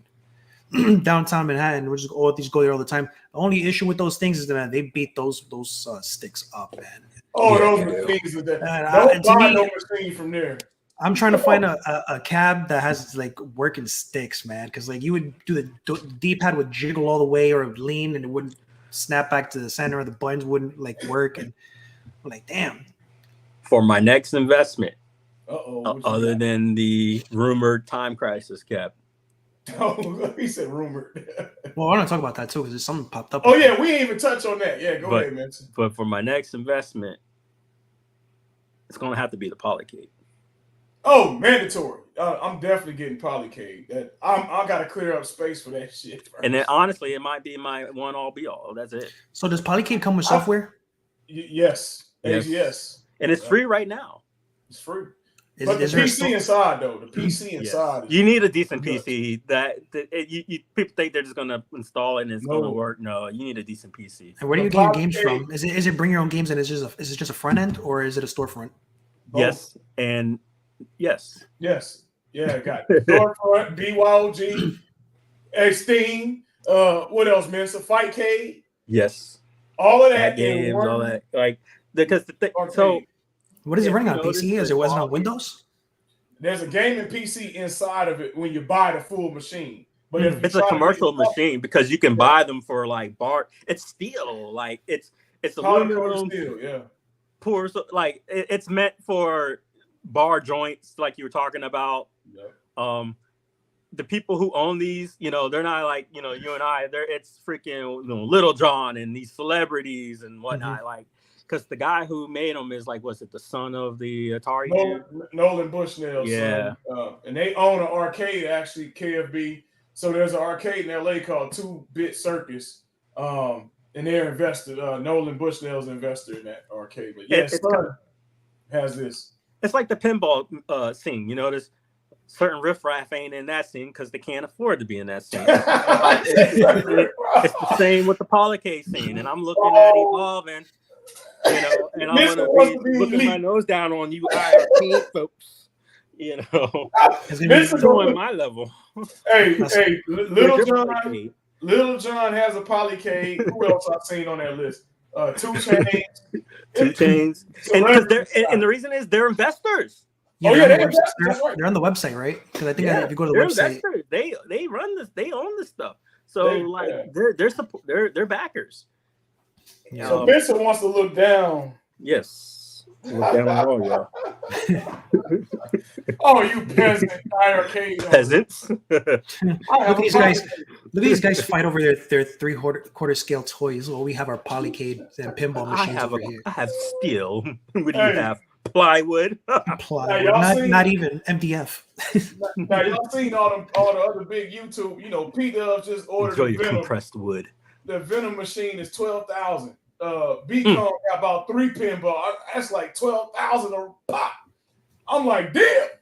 Wait, not even 1,200. We said 12,000. No, Messi, he ain't hear me. No, he didn't. Say it again. The machine that Dubs and all the Venom machine, that's like 12 racks for the premium or whatever. And in that, what's the other one that Michael? These guys are buying cars. Yeah, well, the thing about that is Godzilla, 12,000. Godzilla is 12,000 too. Well, I'd rather just stick with the V pinball because it's cooler that you can buy a pinball, if you have the money. But the thing about pinball, it wasn't really made for home use. So $12,000 is not a lot of money for a machine when you have it in a commercial space where people put in thousands of quarters in there every single day. You could pay that off in 4 or 5 years. Yep. Even if you don't even have an arcade, if you just have that in any shop or anything like that, like a hotel lobby. I'm with you, Toxic. Yeah, I'm not a hater. I'm not, and please, y'all, don't go. If I could have the Venom, trust me, if I could have the Venom, I would love to have the Venom.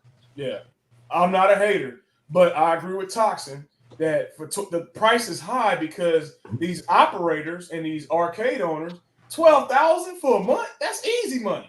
They gonna pay that next month at these full opening barcades. They make a lot. What I'm interested in is that now, even though it's cool, I just don't see somebody necessarily playing it to the point where they're going to get $12,000 worth. Oh yeah, I don't think repeal. so. I mean, I'm not them. I'm not sitting there saying that they don't play their pinballs 24/7, but I know I wouldn't. I mean, I would love it initially. Yeah, that's kind of like my son when he buys like when I used my oldest, I would buy him these toys, and then he won't play with them. And I'm like, why do you get these toys and you don't play with them? And he told me straight up, I just wanted to know what it was like initially when, just the gimmick. Yeah, well, and I told him, I said, well, you know what? I'm not gonna ever buy you a toy unless you ask for it. I agree. He's never asked for a toy, don't do it ever. Now 17,000. KFB said this goddamn Foo Fighters. Now B-Kong, I know he got one. Almost 20 racks. That's a lot of chips, Toxic.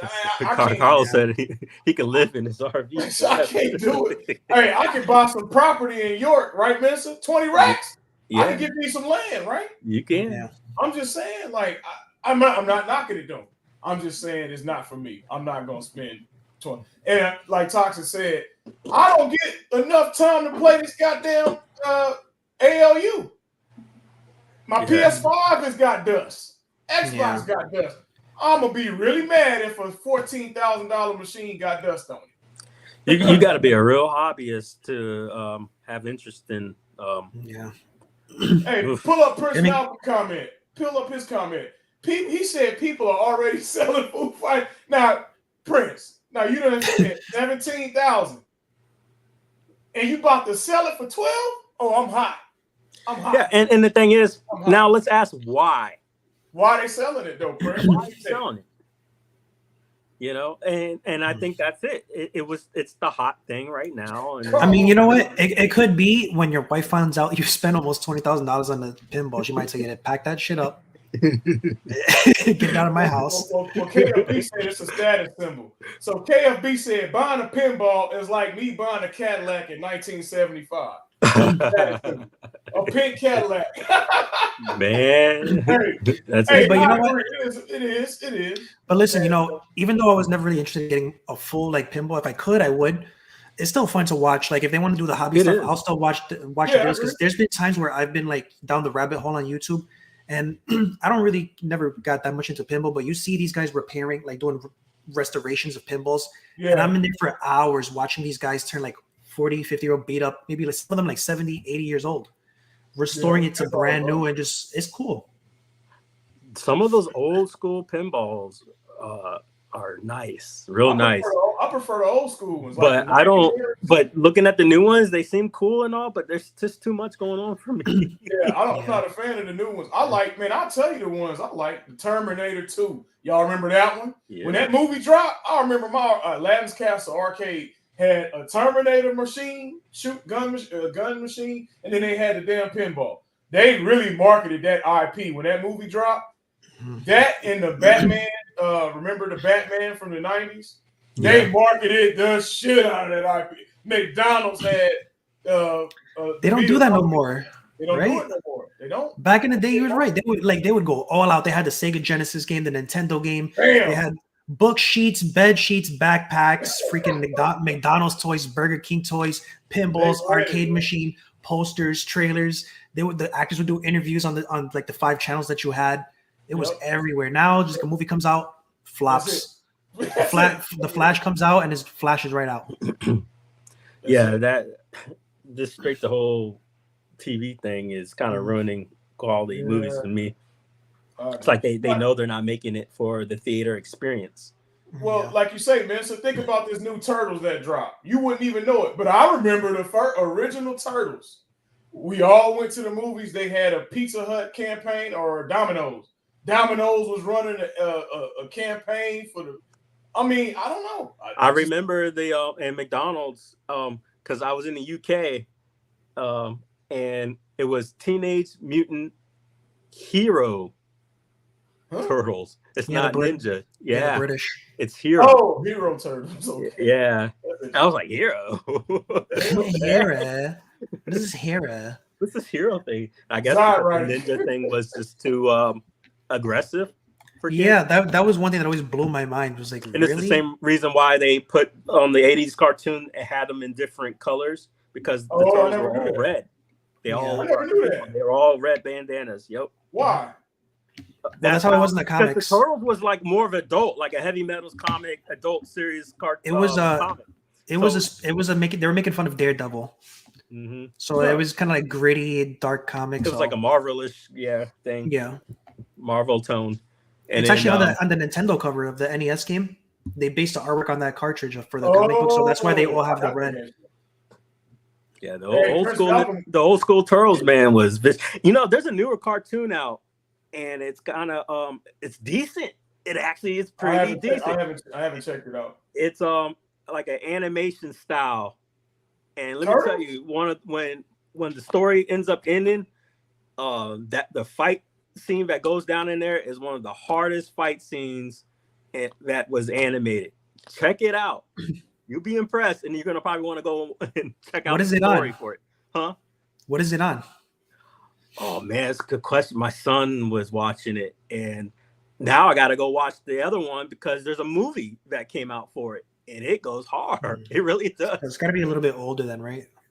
Not too old, but yeah. It would remind you of kind of like Naruto with the animation style. Oh, you know what? There was a Turtles that came out in the early 2000s that was pretty good. Yeah. That was a little I know which one you're talking about. That one, actually, believe it or not, the one that I think you're talking about was actually more canon. Because the one that we grew up on in the 80s had nothing to do with the comics. It was just it had nothing to do with the comics. It's just silliness. The one that was on Nickelodeon that came out later that didn't even have Shredder in it, that was actually more tied to the comics and actually more canon than all the Turtles that ever came out. Yeah, well, doesn't Shredder die in the comics like right away? Like, yeah, he's not even a factor. He dies in the first issue, right? Shredder's always something in these cartoons, and he's not really a big deal. The 90s, well, I think his ancestors are more of an issue. That's true.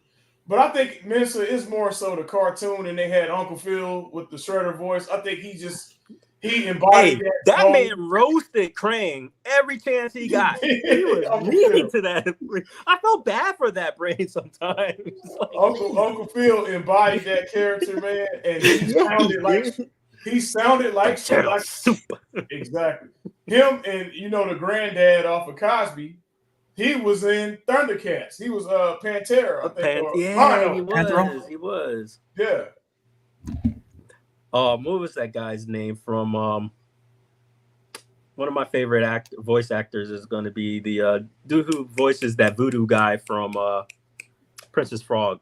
Yeah, Panther. Voodoo. Oh, I didn't see that one. What's another one? Gargoyle's voice from Gargoyle. Yeah. Keith David. Oh, Keith David. Yeah. David. Yeah. That dude's in a lot of stuff. His voice is iconic. Now Mensa, we still gotta do the in Toxin. You like cartoons. We still gotta do the old cartoon line. Oh, yeah. When we talk about them old joints, man, the Thundercats, the Cops. What was the other one I used to watch? You got to go with the real Ghostbusters. The real Ghostbusters, not that monkey crap. And then they got some handicap crap going on. No. I don't care for none of that. I even knew when I was a kid, they were like, "No, that's too inclusive. No, give me my dudes." the real American hero. I want Slimer. He said, "Kick that guy out of that chair." Yeah, like get out of here. You ain't no real Ghostbusters. What was the knockoff Thundercat? Silverhawks. Remember that? Man, don't insult the Silverhawks. I call them knockoff. Oh, Galaxy Rangers. That was a good one. Hey, you know what went hard? The first CGI cartoon reboot. Yeah. Reboot. If you seriously gave it a chance, I love it. I love that show. Really dark. That the most annoying character. How he gonna come back hard? Yeah. He came back with with one eyeball, and the little girl was his woman. And he came back better than Bob, man. Bob won't crap after he came back. Oh man. Reboot was a hell of a Reboot went hard, man. When that came out, I was like, he was lost in the Matrix for like 20 years. Like, yeah, what happened to you, man? I just saw that those graphics were goofy, but I liked it. I remember when the know game what came out was for PlayStation, and my cousin had it for PS1. He would never let me play it. I'm trying to think if I ever played the game. Beast Wars, another CGI. It was bad though. It wasn't good. Beast Wars was good.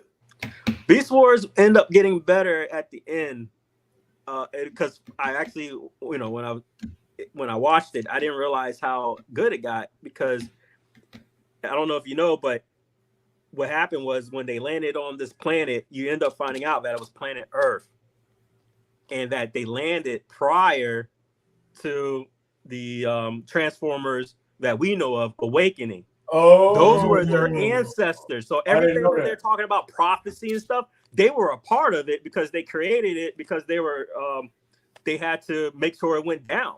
So and then so they found the Ark, they found the original robots. Guys were like the size of a gorilla, but then they stepped next to Optimus and they were like little specks, because they were so big. Funny. Now, Prince, Prince said he's upset that many of these 80s cartoons did not have an arcade. Prince, I'll tell you, a lot of them did. You just didn't know about it.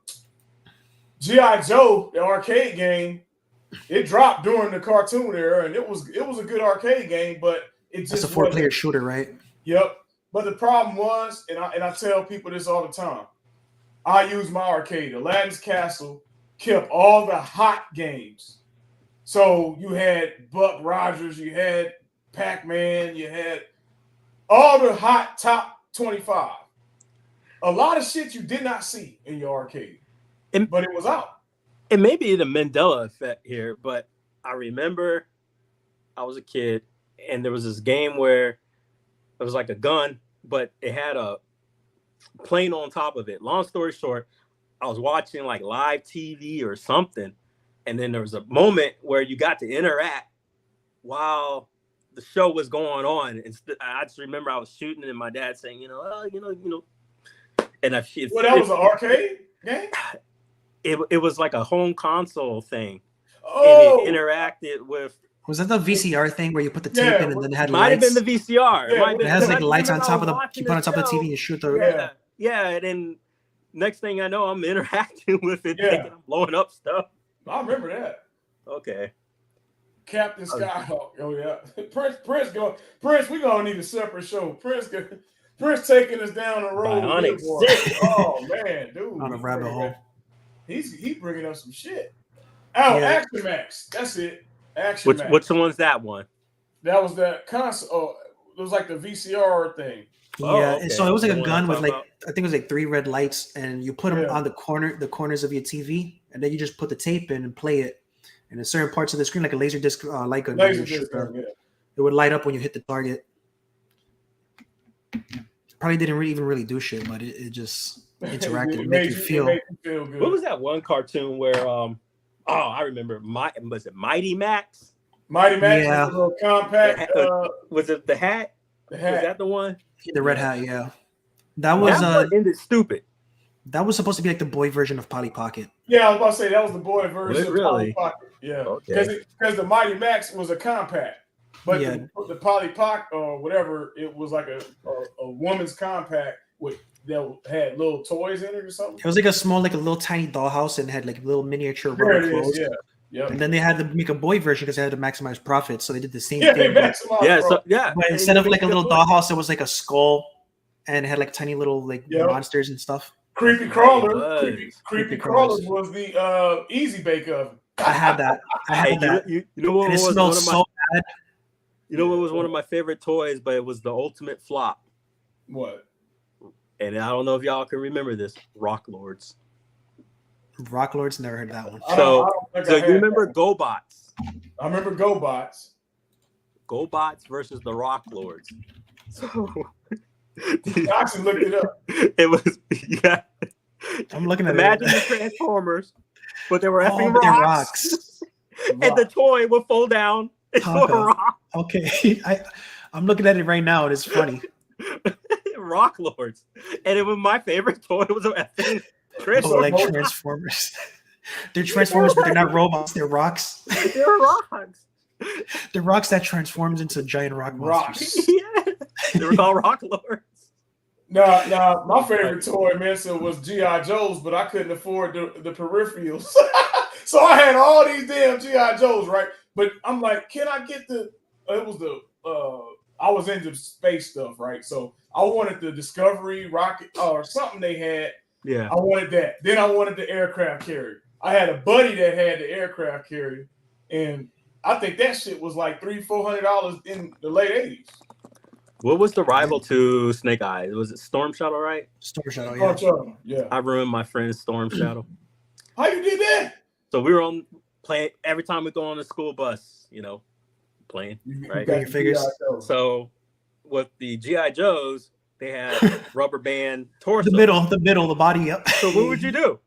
I used to pull them. We would twist them, and it would let go, and it would have like a twist fight. I over twisted the sucker.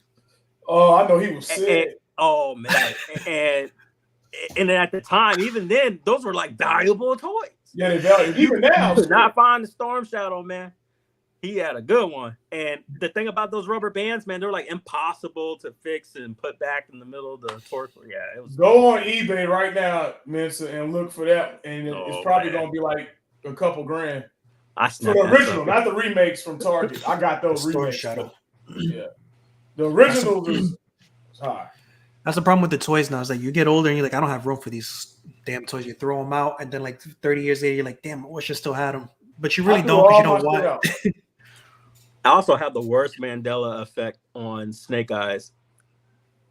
I don't know why I keep dreaming of this imagery, but what ended up happening was I had sworn I remember an episode where Snake Eyes revealed his face, and the imagery was you saw Snake Eyes' back, and it was Duke, the guy with the blonde hair. Oh, Duke, yeah, I got it. And he was like, I just remember something simple like, what do you look like under there? And I just recall Snake Eyes lifting up his thing, but you only see like the back of his head or something like that. And they're like, oh, that's what you look like. And he put it back.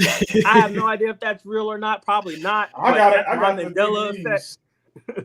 I'm going to have to go back and look. Yeah. Oh, man. Did you see that Snake Eyes movie? The last one came out was so bad. Oh man, I didn't even try. I'm not fooling with that because that kind of franchise deserves better. Yeah, you don't touch that though. Certain things, man, it's shit frustrating. Certain things you just leave alone. Like G.I. Joe, leave that shit alone. Thundercats, leave that alone. But don't try to redo nothing. Leave it where it's at. I agree to a point, but hey, let me tell you something. That did you see the adult Swim one? I didn't watch it. Hard. I didn't watch it. I mean, it went hard. Did you give it a chance? I didn't. Give it a chance because you're gonna like it. I'm gonna have to go. Hey, that's like you making the original. Just like the new He-Man. It takes everything that it gives it an actual cohesive story. Okay. That new He-Man goes effing hard. There's a scene where the guy was like, he loses his sword. And Adam's like, because this is a true continuation of the continuum, right? And he's like, you know what? He's like, Skeletor threatens him or something like that. And he's like, oh, you don't have your sword. And he's like, I never needed the sword. He says, because you see, the thing about the sword was just the key or whatever, but I'm the catalyst. And I always wonder what it was like just to say the name or to say the words without the sword and what would happen. And that motherfucker did it. And he went berserk mode because the sword's purpose was always to just channel the energy so he could use it correctly. Right. It went into his full body, and that man went freaking Incredible Hulk. I'm gonna have to revisit. It's the hardest you ever seen He-Man. He-Man was ballistic. And man, let me tell you, that's the story. Because the girl found out that Adam was He-Man. And she's like, she cussed out the family. She's like, F you, F you, you knew? You telling me you knew? I quit. I'm like, what the heck is going on? Oh, Yeah, man. It's the stuff that you wouldn't I'll think have to about go. as a kid. And yeah, trust me, just watch it. I'm gonna go backwards. But hey, don't touch that original Batman on Fox. Don't touch that one. Oh, with what's that guy's name? Conroy. Yeah, that Batman and Beyond and Kevin Conroy. Yeah, he died not too long ago. Yeah. You cannot touch that. Was one. Did you see how Batman Beyond ended? That one. Yes. With Amanda Waller, like how he came about to be the young boy. His story. No, I mean I don't remember it. So what ended up happening was that boy was a DNA clone of Wayne, because she realized that it was a messed up story. She done took Wayne's DNA, put it in the dad, gave him all the DNA, so it's not even the skin. So she could birth another Batman, because she's like, the world needs another Batman. So she put it in the it was a government project. Batman Beyond is a government codename project that Amanda Waller put together. Oh, shit. There you go. Boom, right? He put I'm stuck on the part where he said he put the DNA in the dad to get to naturally make the clone of. Yeah, that's weird. It was that deep. And then he ended up raising his son. He ended up raising his son. He raised his own son. And you think that's deep? Imagine everything I'm talking to you about with the conspiracy. The new DuckTales. The new DuckTales. DuckTales. I used to love the original, boy. And it's on some Mason next level stuff. What? Dude, the new DuckTales is on some whack stuff. So what did they pick off from? What did they pick it up from? It's a continuum of they bring everything in, like Marvel Universe. They tied in kind of like in that Disney show with the with Nicolas Cage, the Disney movie with Nicolas Cage, where they National Treasure? Right. They pull that kind of bit. So Gummy Bears was up in that sucker. Gummy Bears was in the mama comes around. They find the kid's mother. They had a whole thing on that. And then the Darkwing Duck story, insane. Let's get dangerous. So they have the original actor, and what they did was they had two guys that are playing Darkwing, and the original actor, they used his original name for the actor for the actual show. It's pretty cool. Long story short, you remember Megaduck? Yeah. He's the OG Darkwing. What? And the guy that we know of, he's just like some fanboy.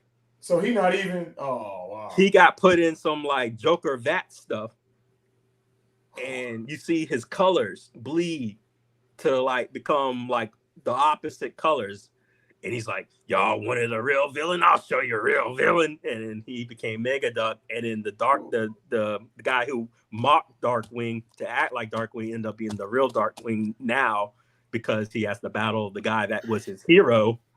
Now you got to battle him. Yeah, I agree, Prince. Prince is right. Don't touch X-Men 97. Yeah, leave that alone too. They're gonna mess that up. You know they're gonna mess that up. That new DuckTales is the best one. I'm sorry. So he said it's controversial. They got rid of the toys quickly. It might have been controversial because they had an amazing ass story. I'm telling you. I gotta go watch. I got some watching. You find out remember the young boys, what do you call it? That little club they always did with the woodchuck, whatever, and they're like the Cub Scouts crap. You end up finding out that that's some big Mason conspiracy, and they were the first adventure kind of thing. It goes crazy. Oh Lord, it's dark, man. It's really dark. But yeah, it's crazy. You think for a Disney show it would be more kiddie, but it's not. It's pretty dark. Yeah. I'm serious. Well, so I'm gonna end it on a dark note. Thing we've been going for like 2 hours. Oh man, shit! Really dark. Hey, they sent us down the rabbit hole. All right, y'all. Yeah, you sure did. This was fun. Oh, we gotta check out the X-Men 97. Yeah. Man. All right, man. All right, Creole. It's good to see you. Thank you for coming in. For sure. Men All said they right. were stopping by. Thank you for having me. I appreciate Everybody you. in the chat, thanks for coming by. We'll catch you on the next one. Peace out. Peace.